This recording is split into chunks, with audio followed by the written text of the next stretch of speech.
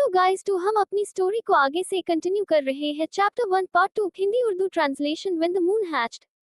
मैं सीढ़ियों पर दौड़ती हूँ, धूल उनकी अंगुलियों से काफी ऊंचाई तक उठती हुई।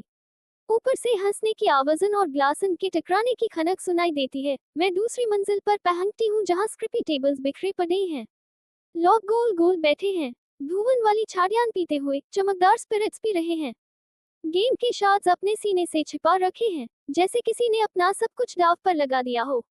डाइस इधर उधर बिखर जाते हैं और ड्रैगन ब्लडस्टोन के ढेर एक हाथ से दूसरे में चलते हैं। मैं छुपकर उनके लिबास का जायजा लेती हूँ। कुछ लोग रंगीन जवाहरत से सज्जी पोशाकों में है, कुछ ने फाइनली कट कोट्स पहने हैं। उनके बालों में पंखों जैसा अंदाज बना हुआ है, कानों से एलिमेंटल बीड्स लटक रहे हैं। लाल इग्नोस के लिए, नीला रेन के लिए, भूरा बुल्डर के लिए, साफ क्लोड के लिए। बीड्स के अलावा भी किसी हाई रैंकिंग फेड एलिमेंटल को टू दूर से हाई पहचाना जा सकता है। उनका लिबास दास से ज्यादा रंगीन से सजता है, जैसे वो अपने आप को आसमान में उड़ने वाले ड्रैगन्स के बराबर समझते हो। मोल्टन मॉज। और अजीब बात है, ये वही लोग होते हैं जो सबसे पहले इन्हीं ड्रैगन्स का खून बहा देते हैं जब ब्लडस्टोन माइन सूखा होने लगता है। मैं एक पतली सी सीढ़ी के बीच तक पहुंचती हूँ जो पिछली दीवार में चिपकी हुई है। तभी ऊपर से एक लंबा चौड़ा क्लोक पहने हुआ आदमी नीचे आता दिखता है। मैं रुक जाती हूँ, उसके चेहरे का ज्यादा हिस्सा दिखाई नहीं देता, बस एक मजबूत जॉलाइन है जिसे एक गहरी अच्छे से ट्रिम की गई दाढ़ी ने छुपा रखा है। उसकी हुड ने बाकी सब कुछ अंधेरे में छुपा लिया है। वो रुकता नहीं, सीधा नीचे आता जा रहा है जैसे मैं कोई डिवरोन का हिस्सा हूँ। और मैं टू ब्राइट रेड गाउन पहने हूँ, देखना मुश्किल नहीं। मैं अपने डांटन के बीच मेटल कैप को महसूस करके मुश्किल से अपने सीक्रेट वेपन को एक्टिवेट करने से रोक पाती हूँ। सीढ़ियां खुद उसके लिए छोटी हैं, मेरे जैसे किसी और के साथ गुजारना तो मुश्किल हाई होगा। कमाल है, टिपिकल एलिमेंटल घमंड। मैं अपने कंधों को और झुका लेती हूँ, अपने आप को याद डायलेट हुए। मैं कैमरी डैफिडोन हूँ, और अब की सफर करता बाट, दब हुई कदम, डर से भरा चेहरा। और मैं बिल्कुल भी इस आदमी को ठोकर मार कर नीचे गिरा देने नहीं आई हूँ, बिल्कुल भी नहीं। मैं दीवार से चिपक कर खड़ी हो जाती हूँ, आंखों को झुकाकर। उसके कदम भरी भरी हैं, और अब वो इतना पास आ चुका है कि एक घानन धुन से भरी महक मुझे घेर लेती है। उसमें पत्थर की ताजगी है, साथ हाई कुछ बटरी नरमी से भरा सुकून। मेरी सांस अटक जाती है, वो आहिस्ता छूट जाती है, जैसे वो खुशबू इतनी लाजवाब हो कि उससे छोड़ना मुश्किल हो। वो एक कदम साइड में होता है, मेरे पास से गुजरता है, फिर रुक जाता है। मैं उसके साए में फैंसती हूँ, जैसे अंधेरे में एक चिंगारी। मेरा दिल जोर से धड़क रहा है, हर पैर के साथ गर्दन तक उठता जा रहा है। वो क्यों नहीं हिल रहा? मैं एक कदम और ऊपर चढ़ती हूँ, उसकी महकती हल्का में से निकलने के लिए। माफ कीजिए, मैं कह देती हूँ। जागा है, हाथ काटने हैं। तभी उसके अंदर से एक गहरे छाने हुए आवाज निकलती है, जैसे किसी पत्थर के नीचे से कुछ टूटकर बाहर आया हो। हवा बदलती है, मैं पलटकर बिजली की रफ्तार से उसका हाथ पकड़ लेती हूँ। तनाव हवा में जम जाता है।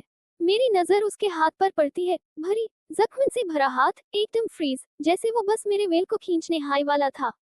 बेअदब, उसकी आंखें मुझे नहीं दिख रही, पर उसकी नजर मुझे महसूस हो रही है, इतनी गहरी, इतनी इंटेंस, जैसे मेरी रूह तक जा रही हो। उसकी नजर मेरे कान के छोटी सी कटाव पर जाती है, फिर वापस मेरी आंखों में। कहीं छुपी हुई गालियां मेरे जुबान के किनारे तक आ जाती हैं, पर वो मुझे याद आता है, जो एलिमेंटल से टकराता है वो ड्रैगन्स का चारा बन जाता है। मैं वो लाफ्स निगल जाती हूँ, और हर बार की तरह इस बार भी वो कड़वा लगता है।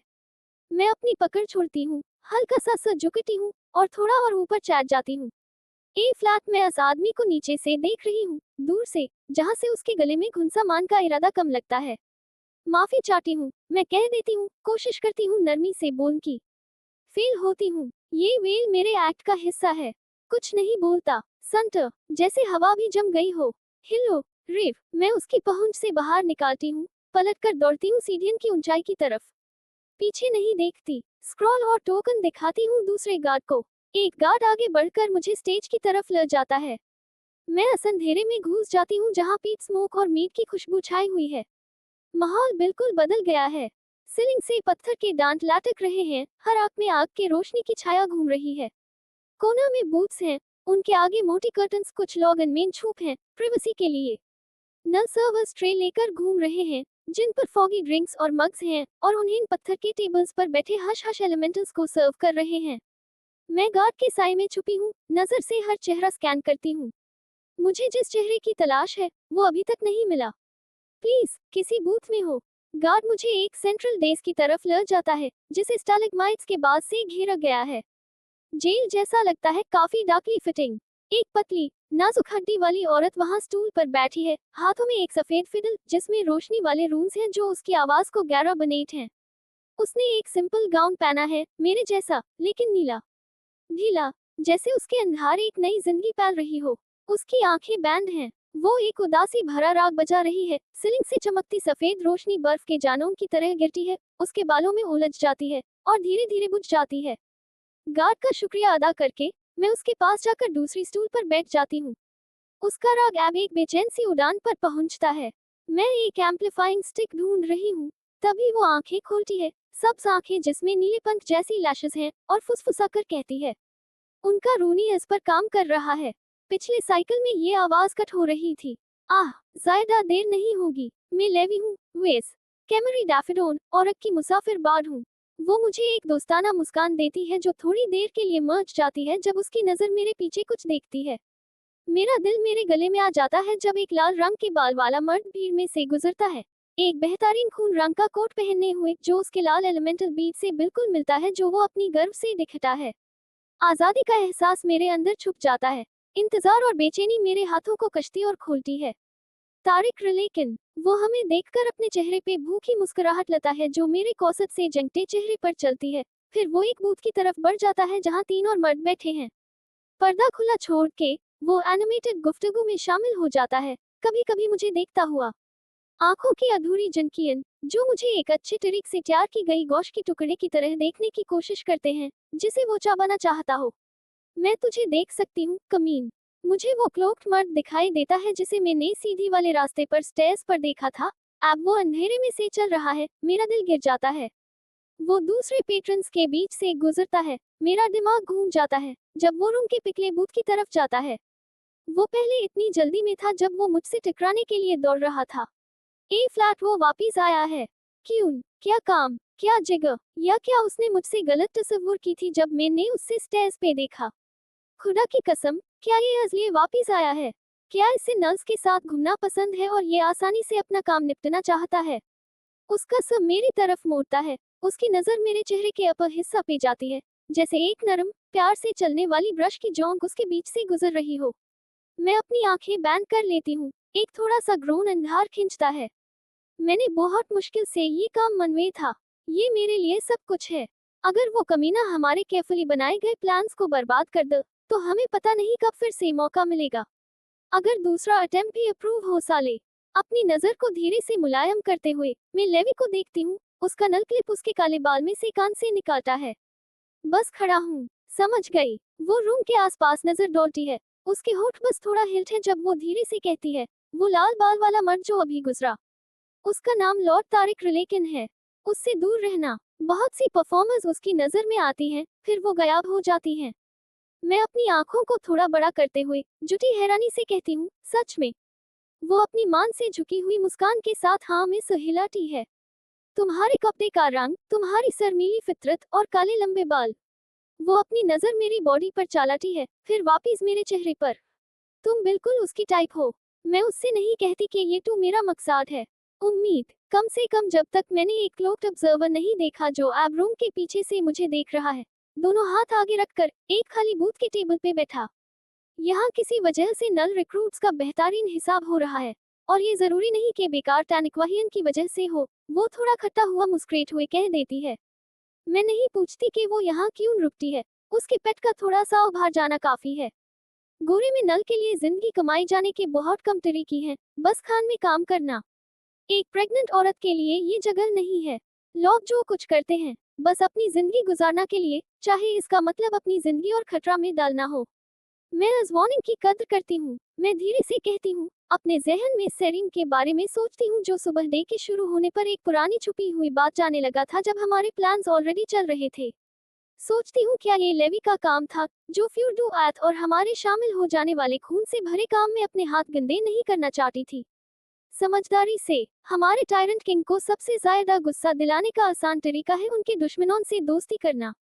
एक रूनी करीब आता है, एक सफेद जोल उसके ढील बदन से लटक रहा है, काले बाल नीचे बांधे हुए हैं। वो मुझे नीचे देखता है और मेरी नजर उसके सिर्फ एक बटन पर गिरती है जो उसके ढील कपड़े को साथ में बंधा रखता है। वो एक एचिंग स्टिक का निशान है जो लकड़ी के गोल टुकड़े पर बना होता है, जो इसकी बेसिक रूल्स बनाने की सलाहियत को दिखता है। जिस तरीके से वो मुझे देख रहा है, मुझे लगता था कि 2 या 3 होते। शायद कोई खास गिफ्ट, जैसे ब्लड लैसिंग या कुछ और खास। कम से कम मुझे लगा था कि उसका एचिंग बटन बेसिक से ज्यादा होगा, चांदी का या सोना का। अगर मैं ये कह सकती, मैं अपने सर को धीरे से झुकाकर एम्पलीफाइंग स्टिक को एक्सेप्ट कर लेती हूँ। अपने पेसिन से भरे हाथ को खाली लंबे मेटल के टुकड़े पर लपेट लेती हूँ, जो अपने आप रोशनी छोड़ते हैं। मैं एक और नजर तारिक रिलेकन पर दौड़ती हूँ। अपने डांटन को कस्ट हुए वापिस अपने क्लोक्ड ऑब्जर्वर को देखती हूँ, जिसे मैंने बिल्कुल भी अंदाजा नहीं किया था। मेरे अंदर अनीस का एक झटका महसूस होता है। क्या तुम ठीक हो? नहीं। एक 5 मिनट लाख करीब आता है, अपना मुंह नीचे करता है, अपने पंख बांधता है और मेरी गोद में गिर जाता है। ऐसे बड़े जुलूस में कभी नहीं गया, मैं धीरे से कहकर मैसेज को बाद में देखने के लिए अपनी जेब में रख लेती हूँ। समझ गई, लेवी कहती है, मुझे एक तसल्ली देने वाली मुस्कान के साथ। ज्यादातर लोग अपने आप में इतने व्यस्त होते हैं कि हमें नहीं देखते। वो अपनी फिडल उठाती है, उसके नीचे का हिस्सा अपने गर्दन के हिस्से के साथ रखकर। क्या तुम्हें ballad of the fallen moon आती है? मेरे चेहरे की सारी गर्मी चली जाती है। एक याद की एक धार मेरे दिमाग के पिछले कोने से गुजर जाती है। भी एहसास, खूबसूरती, दर्द, कुछ ऐसा जो मैं मुश्किल से समझ पाई हूँ। उसका लाश मेरे सर्दी से भरे हुए अंदर के गहरे हिस्से में अटका है। वही जगह जो एक वक्त मेरी अकेली चलने वाली अर्गो प्लेन्स की तरह थी, जहाँ किसी और के खून के दाग मेरे मानती हुई कैप्टनों से चिपके हुए थे। हाँ, मैं धीरे से कहती हूँ, मुझे वो गाना अच्छे से याद है। लेवी अपनी बो को मूनप्लूम के टेल हेयर के खींचे हुए तारों पर चलाती है जो अंधेरे में चमक रहे होते हैं। पहला नोट निकालती है, इतना गहरा और लंबा कि ये बिल्कुल महसूस हो सकता है। वो अगले कुछ नोट्स इतनी जज्बात के साथ बजती है कि लगता है जैसे उसने ये धुन खुद लिखी हो, जैसे कहानी के खूबसूरत लाफ्स उसके अपने बंधे हुए गुजरे हुए दिनों से निकले हो। मैं एम्पलीफायर को अपने घूंघट के नीचे के होठों तक ले जाती हूँ और अपनी सांस को भर लेती हूँ। थोड़ा सा हिलती हूँ ताकि मेरी बॉर्डर्स में छुपी हुई छुरी मेरी रिब से टकराए नहीं। मैं अपनी आंखें बैंड कर लेती हूँ और इस धुन में डूब जाती हूँ जैसे एक वक्त में मैं जिंदगी में डूबी थी, लेकिन अब वो लाफ सीख चुकी हूँ जो मैं अब बोल पाती हूँ। अपने इस गहरे दर्द के साथ जो मैंने अब तक झेला है, आग से भरी हुई हॉरर्स, मन से कुछ कर देने वाली हॉरर्स। जब मैं एक अंधेरे सबरसाइथे के बारे में गाती हूँ जो काले आसमान में उड़ता है, घूमता है और अंधेरे में मर जाता है जहाँ वो कभी नजर नहीं आएगा, तो भीड़ गजब में चली जाती है। मैं एक चमकती हुई मूनप्लूम के बारे में गाती हूँ जो सूटे हुए जानवर के पास जाके अपना आकार रोशन करती है, उससे रोशनी देती है। मैं मूनप्लूम के धीरे धीरे मैडम होने के बारे में गाती हूँ। कैसे धीरे धीरे, एक के बाद एक, उसकी चमक सबरसाइथे में घुल जाती है और उसके स्केल सफेद हो जाते हैं। धुन गहरी और ज्यादा तबाह करने वाली हो जाती है जब मैं मूनप्लूम के आसमान पर अपने धारे रखने के बारे में गाती हूँ, उसके गिरने के बारे में, सबरसाइथे के अपने पर्च से अपनी चादर खोलने के बारे में, पूरी रोशनी और जिंदगी के साथ नीचे की दुनिया की तरफ उड़ने और अपने दोस्त को ढूंढने के बारे में, उसके इंकली टुकड़न को बर्फ पर गूंजते हुए, उससे दोबारा जोड़ते हुए। नाकाम हो जाना। मेरी आंखें धीरे धीरे खुल जाती हैं और मुझे वेग तौर पर महसूस होता है कि कमरे की हर आंख हमारी तरफ मड़ रही है, हमें देख रही है, या तो लालच से या फिर अन जज्बात से भरी हुई जो रंगीन गलून से गिर रहे हैं। लेकिन जो चीज मेरी तवज्जो को अपनी तरफ खींचती है, वो क्लोक्ड मेल है, जिसका चेहरा अब भी उसके हुड के साए में छुपा हुआ है। फिर भी उसकी नजर इस खाली जगह से मेरे तक पहुंचती है और मुझे अपने लोहे की टाले में दबा लेती है, जिसे मैं हिला नहीं सकती। जैसे हाई लाफ्स मेरे होठों से निकलते हैं, मैं सीधा और जोर से महसूस करती हूँ कि ये मर्द जो सबको अपने रंग और उसके वजूद से पीछे छोड़ देता है, एक ऐसे शख्स का है जो अपने आप को छुपा के खड़ा है। मैं एक गहरी समझ के साथ महसूस करती हूँ जैसे किसी ने मेरे सर पर एक जोर का ठाठा मारा हो। मेरी नजर तारिक पर जाती है, जो अपने बूथ पर बैठा है, मुझे ऐसे देख रहा है जीज वो मुझे अपने साथ ले जाने की चाह में हो। सब कुछ परफेक्ट लगता है, सिवाय इसके के मैं वापिस अपने क्लोक्ड ऑब्जर्वर को देखती हूँ, उसके हुडेड साए में जो उसकी पहचान छुपा रहे हैं। मैं यहाँ एक शिकार को फंसेन आई थी और अब मैंने को फंसा लिया है। नेक्स्ट चैप्टर के लिए हमें सब्सक्राइब करें।